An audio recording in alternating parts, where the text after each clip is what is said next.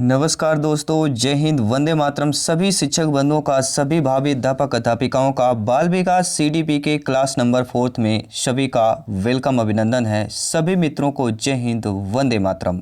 Powered by शिक्षा ही प्रकाश है। 30 महत्वपूर्ण प्रश्नों की बात करेंगे। अभी तक दोस्तों क्लास 3 कंप्लीट कर चुके हैं, यानी प्रत्येक क्लास में 30 क्वेश्चन करते हैं, यानी 90 क्वेश्चन जो है हम ऑलरेडी कंप्लीट कर चुके हैं। और आज की क्लास में हम टोटल 120 प्रश्न कंप्लीट कर लेंगे, वो भी आपके नए एग्जाम पैटर्न के अकॉर्डिंग। तो आपने अगर इसकी पिछली क्लासेज नहीं देखा है तो इसकी पिछली क्लासेज प्लेलिस्ट में आपको मिल जाएगा। तो चलिए क्लास को कंटिन्यू करते हैं और इस क्लास में हम 30 महत्वपूर्ण प्रश्न करेंगे। 30 में से आपका फीडबैक कितना है, 20+ है या 25+ है, आप लोग नीचे कमेंट बॉक्स में ज़रूर बताइए। तो पहला प्रश्न साथियों दिया गया है कि इनमें से किस अवस्था में बच्चे अपने संवेग समूह के सक्रिय सदस्य हो जाते हैं? किशोरावस्था, प्रौढ़ावस्था, पूर्व बाल्यावस्था या बाल्यावस्था? सभी नीचे कमेंट बॉक्स में अपना अपना कमेंट जरूर कीजिएगा। तो दोस्तों, किस अवस्था में बच्चे अपने संवेग समूह के सक्रिय सदस्य बन जाते हैं? बहुत ही नॉर्मल सा प्रश्न है और सभी को पता है यह टीचर्स फैमिली है और special MP TET, C TET, UP TET REET एग्जामों के लिए फैमिली है। तो सभी का स्वागत, अभिनंदन है हर एक शिक्षक बंधु का। और राइट ऑप्शन आकाशवाणी हो चुकी है कि वह अवस्था जिसमें बच्चे अपने संवेग समूह के सक्रिय सदस्य बन जाता है, वह अवस्था कहलाती बच्चे के 6 से लेकर 12 वर्ष तक का, अर्थात हम बाल्यावस्था की बात कर रहे हैं।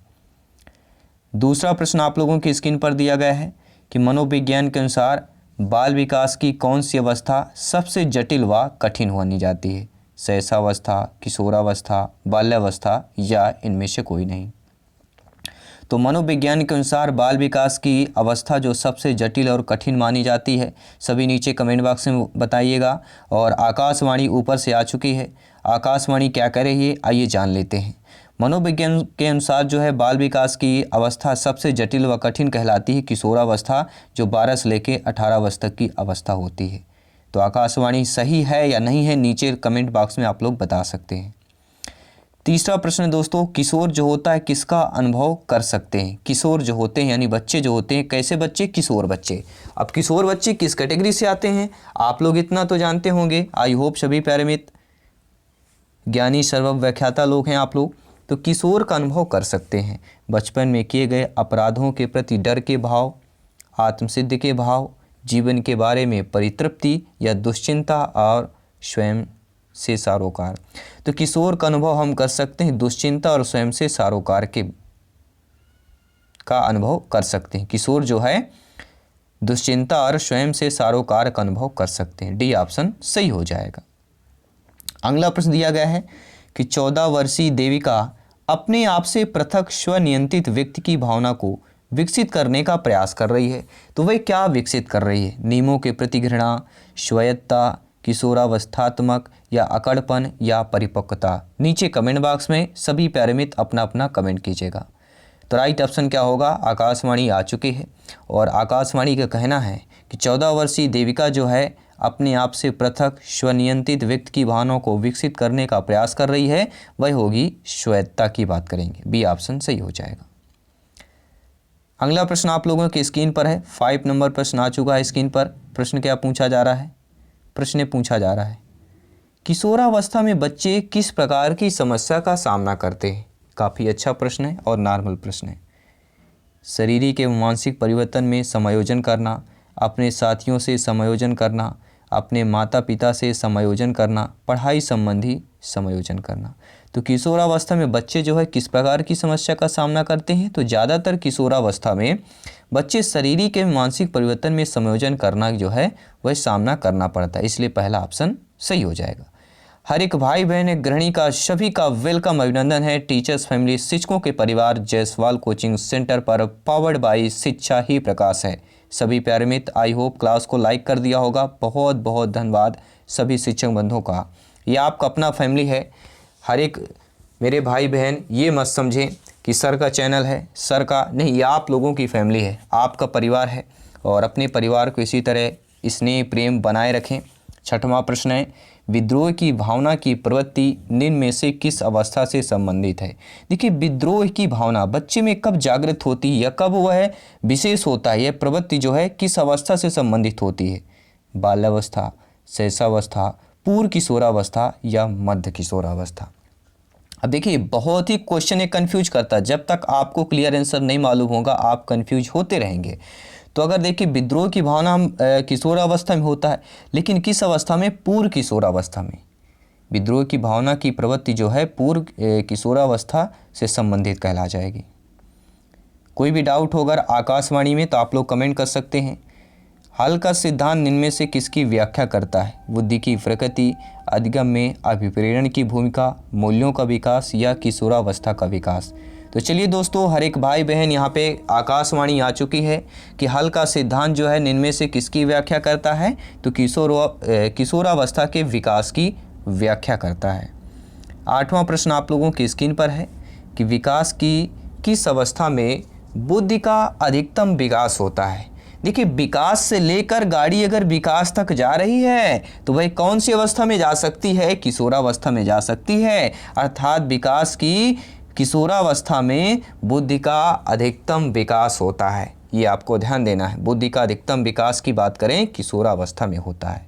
आकाशवाणी आ चुकी है, आकाशवाणी हो चुकी है। अगला प्रश्न है 9वां प्रश्न है, किशोरावस्था में संवेगों की तीव्रता किस प्रकार प्रकट होती है? प्रतिकूल पारिवारिक संबंध में, व्यवसाय की समस्या, नई परिस्थिति के साथ समायोजन या उपरोक्त सभी। सभी कमेंट कीजिएगा। तो किशोरावस्था में संवेगों की तीव्रता जो है किस प्रकार प्रकट होती है? कमेंट आ चुका है और कमेंट में आंसर भी आ चुका है कि प्रतिकूल पारिवारिक संबंध भी होगा, व्यवसाय की समस्या, नई परिस्थिति के साथ समायोजन। क्योंकि किशोरावस्था में संवेगों की तीव्रता से किस प्रकार प्रकट होती तो है? तो ये तीनों प्रकार की प्रकट हो सकती है। तो हमारा डी ऑप्शन सही हो जाएगा, अर्थात आकाशवाणी हमारी सही निकली। 10वां प्रश्न है कि माँ बाप के साए से बाहर निकलने या माँ बाप के साए से बाहर निकल अपने साथी बालकों की संगत को करना पसंद करते हैं। ऐसा स्टेज, ऐसी अवस्था जब बच्चा माँ बाप के साए से बाहर निकलकर अपने साथी संगति, अपने एज वाले, अपने समकक्ष एज वाले जो होते हैं उनको पसंद करते हैं। अपने संगत को, अपने साथी बालकों की संगत को पसंद करना संबंधित करते हैं। वह अवस्था किशोरावस्था से है, पूर्व किशोरावस्था से है, उत्तर बाल्यावस्था से है या साथियों शैशवावस्था से है? आकाशवाणी हो चुकी है और आकाशवाणी का यह कहना है कि माँ बाप के साए से जब बच्चे बाहर जाकर अपने साथी बालकों की संगत को पसंद करना प्रारंभ करते हैं वह कहलाता है पूर्व किशोरावस्था से ही बच्चे जो है करना संबंधित हो जाएगा। यह बी ऑप्शन सही हो जाएगा। तो आकाशवाणी सही है या नहीं है आप लोग भी अपना फीडबैक कर सकते हैं, क्योंकि आपका कमेंट, आपका फीडबैक सर्वमान्य है, क्योंकि आप सभी भावी अध्यापक अध्यापिकाएं हैं, आप शिक्षक बंधु हैं। हर एक भाई बहन गृहिणी का जसवाल सर आप सभी को नमन करते हैं, अभिनंदन करते हैं। अगला प्रश्न है, मानसिक परिपक्वता की ऊंचाइयों को छूने के लिए प्रयत्नरत रहना किससे संबंधित है? किशोरावस्था से, प्रौढ़ावस्था से, पूर्व बाल्यावस्था से या उत्तर बाल्यावस्था से? सभी कमेंट कीजिएगा। तो मानसिक परिपक्वता की ऊंचाइयों को छूने के लिए प्रयत्नरत रहना यह किससे संबंधित होता है? तो यह देखिए दोस्तों, सभी को पता है किशोरावस्था से संबंधित होता है। जी हाँ, मानसिक परिपक्वता की ऊंचाइयों को छूने के लिए प्रयत्नरत रहना, ये भी जान दीजिएगा। प्रयत्नरत रहना मतलब कंटिन्यू की बात कर रहे हैं, कंटिन्यू प्रैक्टिस की बात कर रहे हैं, तो वह क्या हो जाएगा? किशोरावस्था हो जाएगा। आकाशवाणी सही हो चुकी है। अब आइए देखते हैं अगला प्रश्न। आई होप हर एक क्लास आप लोग अच्छे तरीके से अटेंड कर रहे होंगे। अगला प्रश्न है, पूर्वग्राही किशोर किशोरी अपनी किसके प्रति कठोर होंगे? जो पूर्वग्राही अगर किशोर किशोरी हैं वह अपनी किसके प्रति? समस्या के प्रति, जीवन शैली के प्रति, संप्रत्यय के प्रति या वास्तविकता के प्रति कठोर होंगे? तो किसके प्रति कठोर होंगे? आकाशवाणी हो चुकी है और आकाशवाणी का कहना है कि पूर्वग्राही किशोर या किशोरी अपने समस्या के प्रति जो है वह कठोर होंगे। अगला प्रश्न आप लोगों के स्क्रीन पर है कि विकास के किस काल को अत्यधिक दबाव और तनाव का काल कहा गया है? तो सभी जानते हैं आकाशवाणी हो चुकी है ऑलरेडी, पहले से ही प्रश्न काफ़ी बार है, टीटी एग्जाम पर पूछा गया प्रश्न है, तो किशोरावस्था राइट ऑप्शन हो जाएगा। अगला प्रश्न दोस्तों स्क्रीन पर है, सभी यहाँ पे कमेंट करेंगे जिनका सपना है गवर्नमेंट टीचर अध्यापक अध्यापिका बनना। जयसवाल सर सभी का स्वागत करते हैं, फूल माला लेकर सभी का अभिनंदन करते हैं। अगला प्रश्न है, समान लिंग मित्रता के दौरान प्रबलित होती है। देखिए समान लिंग मित्रता, समान लिंग मतलब सभी लोग समझ गए होंगे, मुझे आपके डिफिनेशन में जाने की ज़रूरत नहीं होगी। तो समान लिंग मित्रता के दौरान जो है क्या प्रबलित होता है? प्रारंभिक किशोरावस्था, प्रारंभिक बचपन, मध्य किशोरावस्था या मध्य बचपन, सभी कमेंट कीजिएगा। तो समान लिंग मित्रता के दौरान क्या प्रबलित होती है? प्रारंभिक किशोरावस्था पर यह प्रबलित होती है, सभी को पता है, क्योंकि इस स्टेज से यह जो ग्रुप है आप लोग गुजर चुके हैं, हम लोग भी गुजर चुके हैं। अगला प्रश्न है, एक व्यक्ति किसके दौरान पुरुष या परिण सामाजिक भूमिका प्राप्त करता है? बचपन या चाइल्डहुड, किशोरावस्था, पश्च बचपन या जिसे हम कहते हैं लेट चाइल्डहुड या शैशव, सभी कमेंट कीजिएगा। एक व्यक्ति जो है किशोरावस्था के दौरान पुरुष या पौराण सामाजिक भूमिका प्राप्त करता है। यहाँ पे मिसप्रिंट हुआ है, सभी को पता है, ठीक है। तो एक व्यक्ति जो है किशोरावस्था के दौरान पुरुषत्व कहते हैं ना कि पुरुषत्व प्राप्त कर लेता है, तो पुरुष सामाजिक भूमिका को प्राप्त कर लेता है। 16वां प्रश्न है, स्क्रीन पर है, उचित यौन शिक्षा किस अवस्था पर प्रदान करनी चाहिए? देखिए हर एक का एक समय होता है, एक सीमा होती है, स्टेज होता है। तो यौन शिक्षा जो होती है यानी हमारे शरीर की जो सेक्सुअल जो बॉडी होती है या उसके बारे में जो जानकारी होता है, इंट्रोडक्शन होता है, ठीक है। तो उचित यौन शिक्षा जो है किस अवस्था पर प्रदान करनी चाहिए, ये आप एक भावी अध्यापक अध्यापिकाएं हैं, शिक्षक बंधु, तो आपके लिए जानना बहुत ज़रूरी है और आपके लिए प्रश्न भी ये इंपॉर्टेंट बन जाता है, क्योंकि बाल विकास, बालक और बच्चे, बालक बालिका के, विद्यार्थी के, शिक्षार्थी के पूरा जो है उसके विकास से संबंधित सब कुछ आ जाता है। तो उचित यौन शिक्षा किस अवस्था पर प्रदान करनी चाहिए, सभी को पता है कि हम किशोरावस्था की ही बात करेंगे।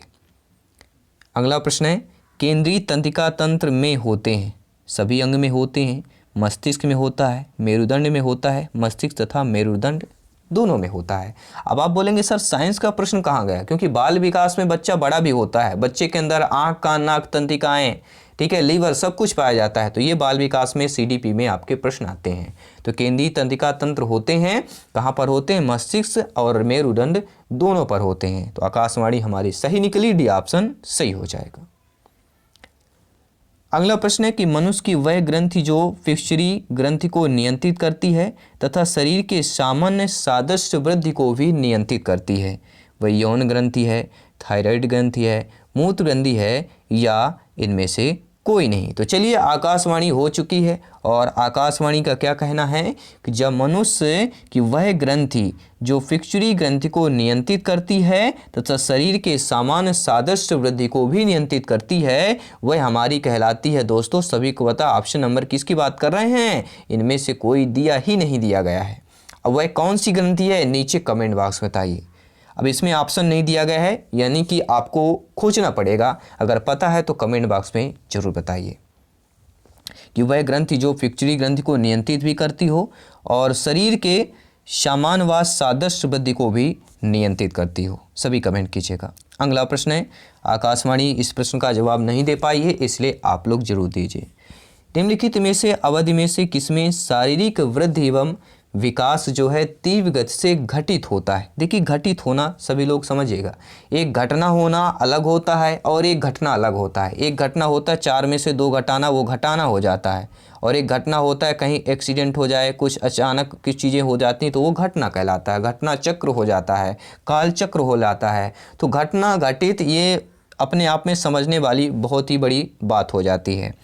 तो चलिए प्रश्न की बात करें, आकाशवाणी हो चुकी है और आकाशवाणी का क्या कहना है कि किस अवधि में जो है शारीरिक वृद्धि एवं विकास की जो गति होती है वह तीव्र रूप से घटित होती है या घटता है, वह शैशवावस्था एवं प्रारंभिक बाल्यावस्था पर घटता है।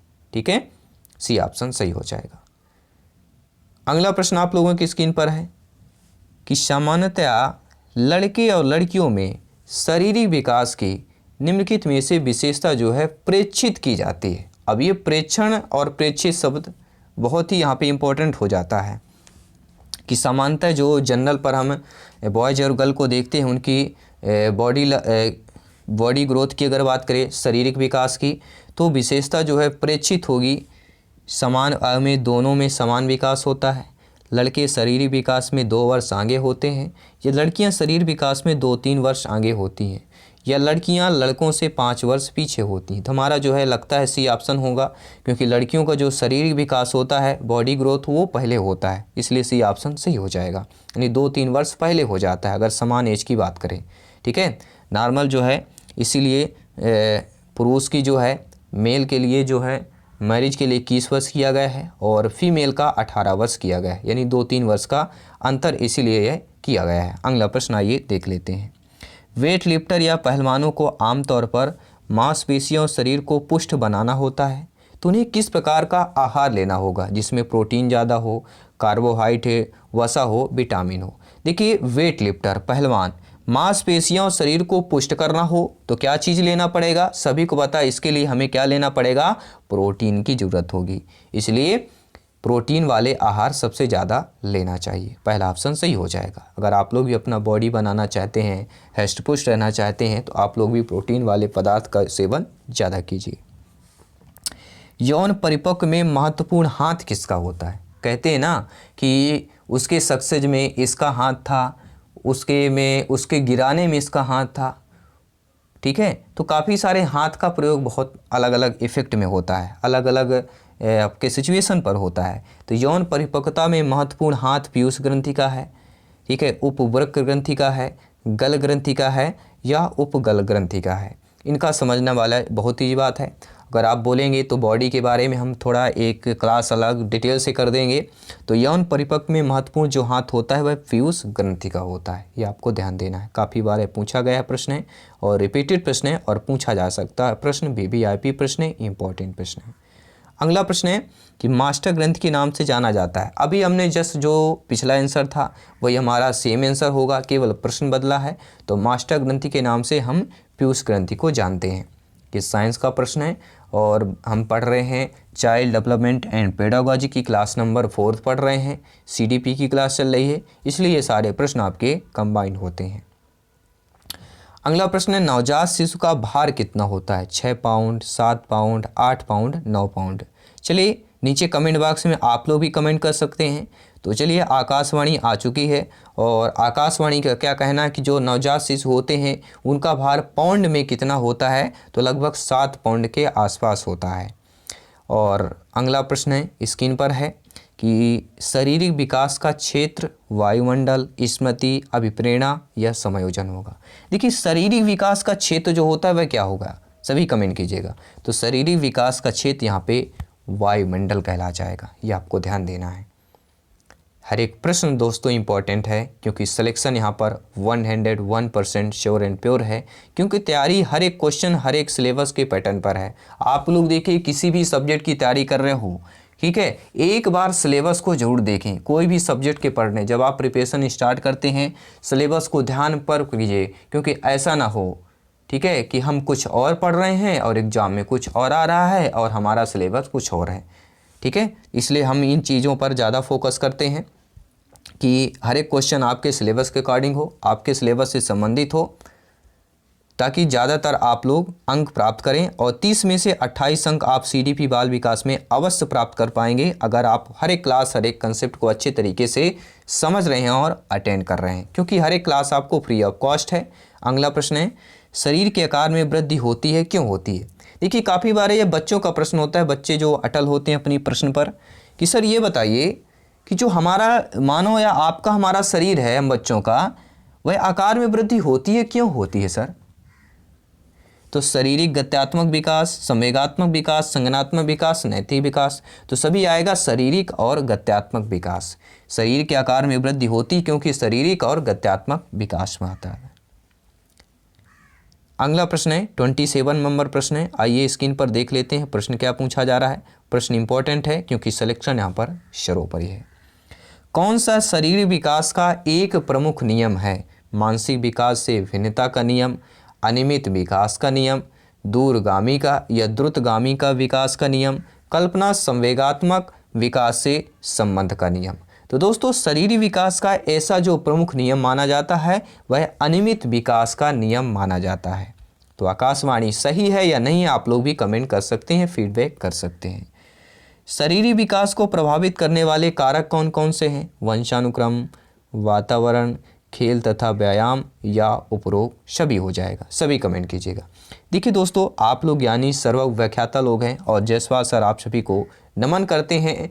आपकी जो ठीक है, आपकी जो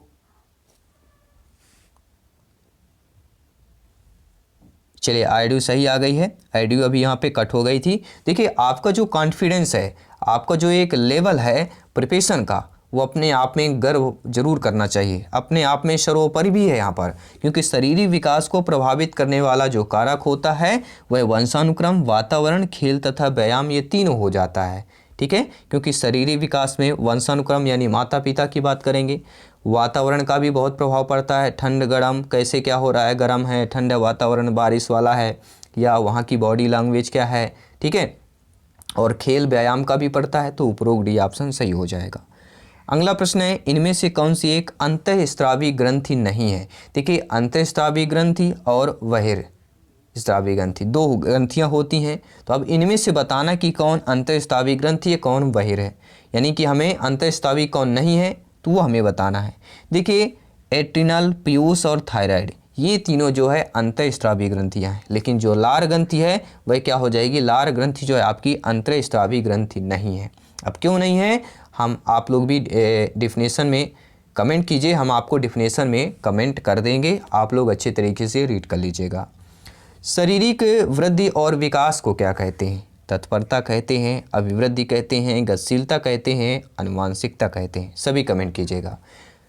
तो आकाशवाणी आ चुकी है और आकाशवाणी के माध्यम से इस प्रश्न का जवाब भी आ चुका है कि शारीरिक वृद्धि और विकास को क्या कहा जाता है, उसे ही अभिवृद्धि कहा जाता है। अगर अभिवृद्धि की परिभाषा आ जाए तो शारीरिक वृद्धि और विकास को ही अभिवृद्धि कहते हैं।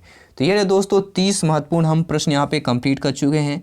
30 में से आपका जवाब कितना है, 20 प्लस है, 25 प्लस है या 15 प्लस है, आप लोग कमेंट करके जरूर बताइए। हर एक क्लास की देखिए क्लास यहाँ पे बढ़ती जाएगी और आपका एक कॉन्फिडेंस भी बढ़ता जाएगा, इसलिए हर एक क्लास जो है इम्पॉर्टेंट है। तो चलिए सभी प्यारे मित्र कमेंट कीजिएगा और अंत में चलिए कुछ मोटिवेशन के लिए, हैप्पीनेस के लिए कुछ करते हैं। तो एक और अच्छा एक सॉन्ग करते हैं, कौन सा सॉन्ग किया जाए? हो मेरे सपनों की रानी कब आएगी तू, दिल मस्तानी कब तू आएगी तू। अब गाना गलत हो गया है, अब आप कमेंट करेंगे सर तो गाना भी नहीं आता है। अरे भैया हम तो हंसी मजाक करते हैं, ठीक है। चलिए दूसरा कर लेते हैं, कौन सा करिए? हो ला ला ला ला ला ला ला, हो ला ला ला ला ला ला ला।